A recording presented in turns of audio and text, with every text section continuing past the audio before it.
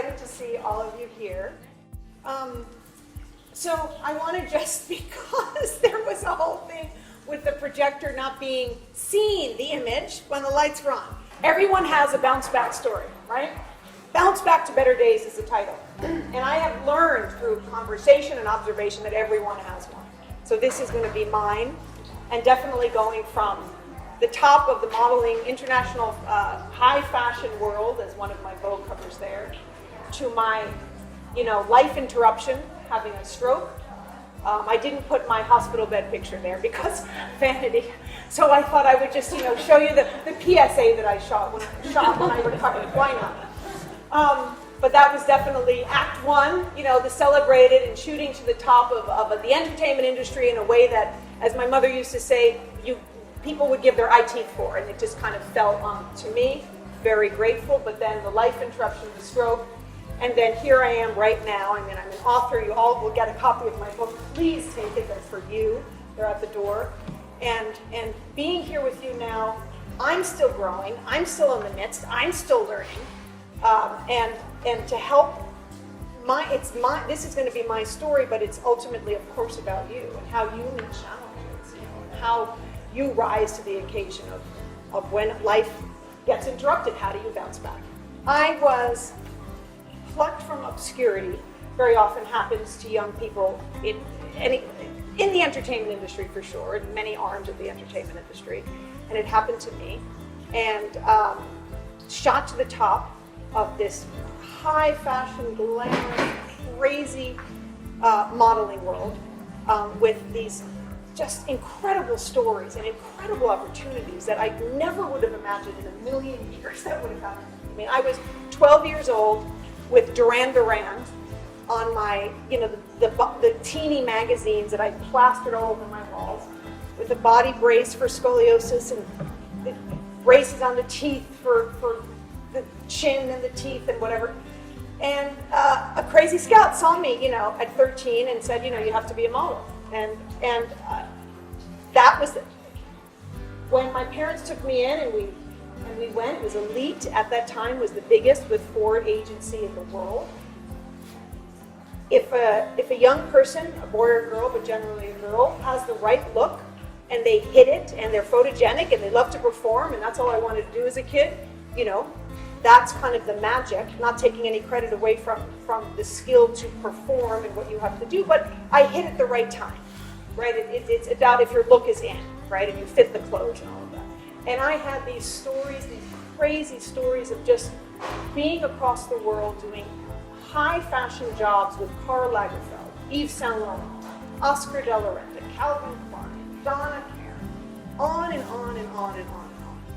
And I want to share some of those with you because they're fun and it's part of my whole reason for speaking tonight, bouncing back. Again, I think like an actor, still Act One, the celebration, Act Two, the fall, and Act Three, then here I am, and what are you going to do with it? And how do you bounce back, right? Because we all can bounce back from any challenge. Another example of when I did a shoot for Jimmy Z's campaign, it was a famous surf line at this time. And I flew out from New York way before cell phones. Cell phones did not exist at all. My mother was in a panic because I didn't call when I got to the airport. Well, you didn't have a phone, so you had to figure out the payphone, who's going to do that. The crew didn't pick me up. So I'm just like, kid from New York, and I thought, take a taxi, whatever. In Hawaii, whatever island we were in. Well, the taxi driver was going in a way, you guys, that it didn't feel right. And he threw me out because I kept asking him, I think you're going the wrong way, or saying you have to do that, and driving him crazy. And he threw me out on the side of the road, and I found a payphone. I mean, I can't even believe what I'm telling you this. I'm like, payphone. We don't see payphones anymore. But yeah, and my poor mother was just absolutely out of her mind. But on that shoot, I made it safely, and somehow the crew, I knew the number, and they picked me up, and it was 1 a.m., and we got to the hotel, and all of these kind of crazy stories. And that shoot was with, I'll never remember his name, but a famous surfer at the time. Again, heightened, you're in bathing suits, and you're made to look beautiful, and it's so kind of this whole sensuality, this whole world, this whole intoxicated woman that you're just supposed to be used to at 15, 16, 17, because they're handing it to you. So, you just, and you want that. Most young people do. It's so exciting, but it's a lot to manage for sure. And this one shoot, we were, there are famous waterfalls. I do not remember which island now, but they were used for many different movies. I think one of them was King Kong, I think, with Jessica Lange and Jeff Bridges. So this exquisite setting, and just, so hard to kind of go back and do school. I was made to stay in school, thank God, by my parents, and I got into great colleges, but I never went, because at that time, you couldn't do both, right? So I moved to Paris and did modeling full-time after high school. But these incredible experiences, and traveling, living out of a suitcase, not even knowing where my apartment was. It was in New York then, was it Paris, was it? And landing in London, exhausted for whatever job, coming from, I think it was Miami at the time, feeling just so tired, and looking up, and hair's greasy probably from a job. I had to rush to the airport and hadn't eaten properly, and all of that stuff. And I keep saying I just want to stick to the glam part of this talk, and I keep giving you the dark side, because it's always right there. But the glam was so much fun, and I never, I was appreciating to whatever extent I could when I was going through this time, because it was a once in a lifetime opportunity, and it was different than most kids experience. And at Heathrow, and I look up, and I'm just exhausted, and I'm like, what am I doing? I'm so tired. And that cover was splashed all across the airport. The March cover, which is usually a big month in fashion, September and March. And I remember looking at it. I don't think and that's what you work so hard for as a young model. Oh my God, the first one. And I just was like, who is that in the cover? Because it's not me. I just couldn't relate. And I remember kind of standing under one for a second, like wondering if anyone else was going to connect that this, like, exhausted, like, stuff down our eyes. I never had a drug and alcohol problem, thank God. Because, of course, that is very, we hear these stories, and with young kids being given the world, that is something that is understandable that can come up. But so I never had a drug and alcohol problem, but I definitely had an eating problem at a certain point. So I was so underfed, exhausted, makeup, and no one. I mean, someone bumped into me as they're going by, as you do in the airport. So this whole disconnect, like, what is it? It was just wild. But going from the catwalk queen, right, to a CAT scan nightmare. So, life throws you challenges, and what do you do? Because I am alive and well today, yay! So you go from the celebrated, incredible experience that I had at the top of one of the arms of the entertainment industry as a very young person, thinking that anything I touch is just going to be great. Well, Hollywood kicked my ass when I got there, because they were like, model, next. Anyway, so no, and then having this health crisis, life interruption, and then going, okay, how am I going to bounce back? Now what do I do? And understanding through conversations with so many people and observations, as you all have too. But I've always been, and I'm sure you are like this too, I can only speak for myself, curiosity and awe, wanting to understand what your story is, how you meet life challenges, what do you do when you're stuck, when life throws you away. So how do you meet the challenge, Then how do you bounce back? How do you rise up? And for me, it has always been, so the tools that I want to share with you of what got me through, and it started, some of this stuff, unbeknown to me, you're just living, you're being raised. My mother was very ahead of her time with health food and nutrition. I grew up with a lot of the stuff that's in this incredible place, supplements and vitamins and eating organic food and she was a single working mother. There's no trust fund family here at all. But she somehow made, and it was a different time. It was a different time. Things weren't as outrageously expensive. But she made it work, and it was always about nutrition. And so I went back to that, exercise always, and the spiritual life got me through. If I didn't have a deep connection to my inner life that had started in childhood, I don't know how I would have gotten through walking around with this sudden partial visual field deficit and feeling like I'm going to be loved again by a man. I'm going to be wanted again by business. All of that was just knocked me off, and how will I go on? Also because I had come from such a glamorous industry with so many people that are household names that were my friends and all of that stuff, and you're all everything's smoking and drinking and everything's fabulous.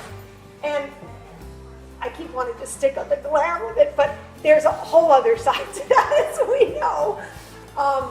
But it was great in a lot of ways. But then to crash with the health crisis and then to say, who am I and what am I going to do now? What is my purpose? What is this about? Sure, I got a modeling job and an acting job right out of the hospital. So that was interesting.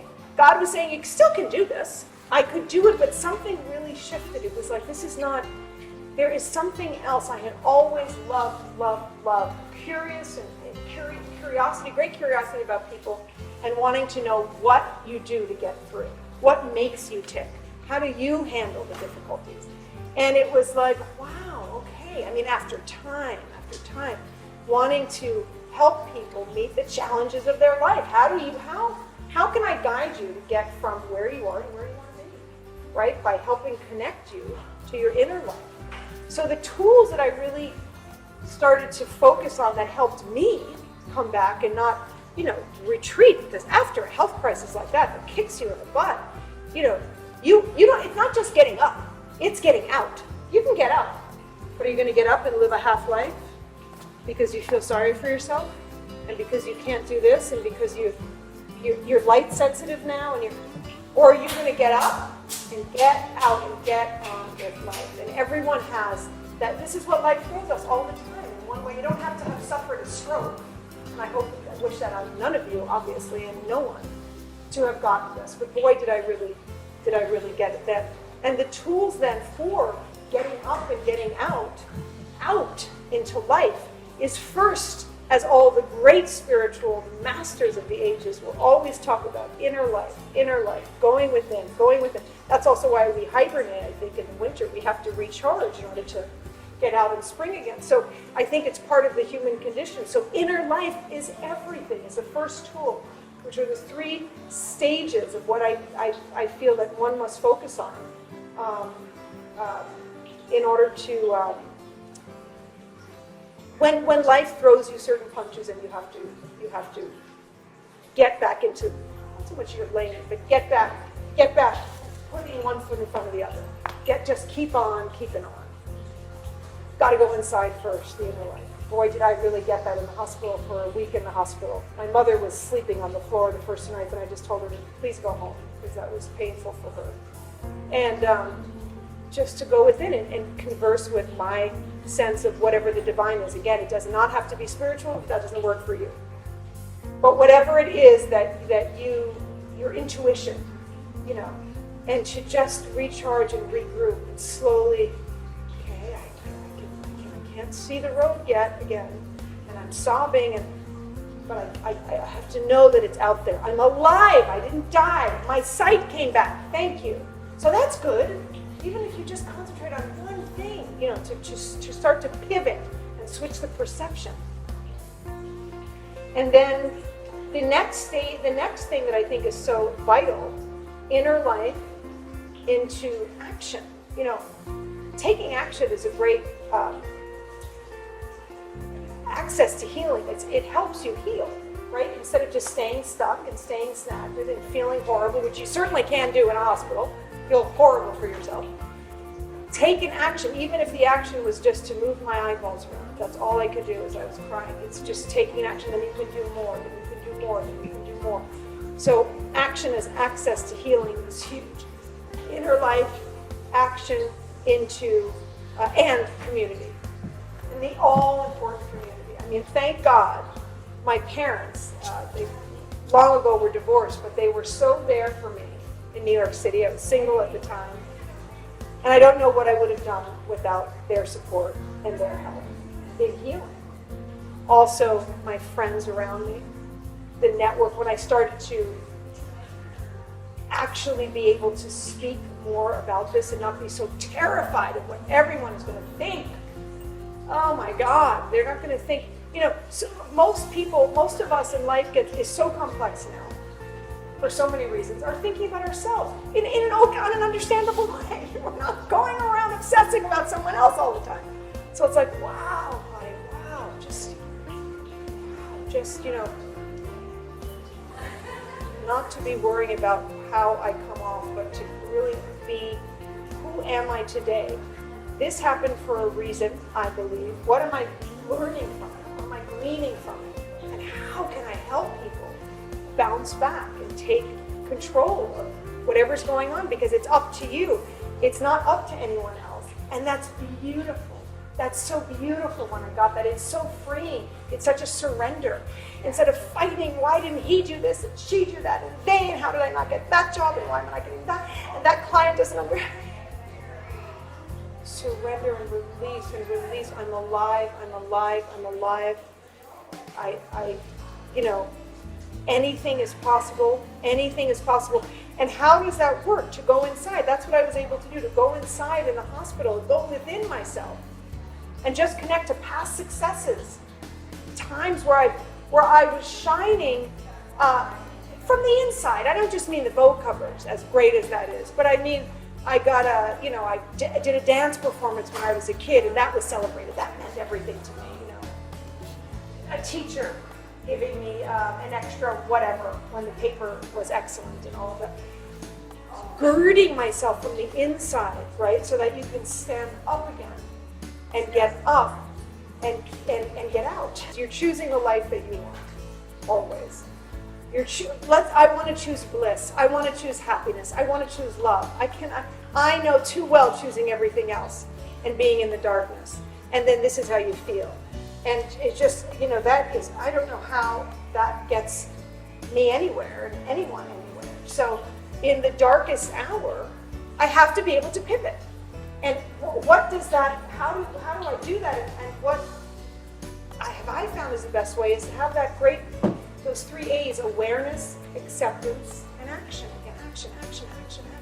Action can just be, this is all physically I can do right now. Okay, just do this. Just stop the stinking thinking. Stop the chatter that is draining me and taking me out of the present. And you're aware. I'm aware of those thoughts that are just leading me nowhere, spinning out.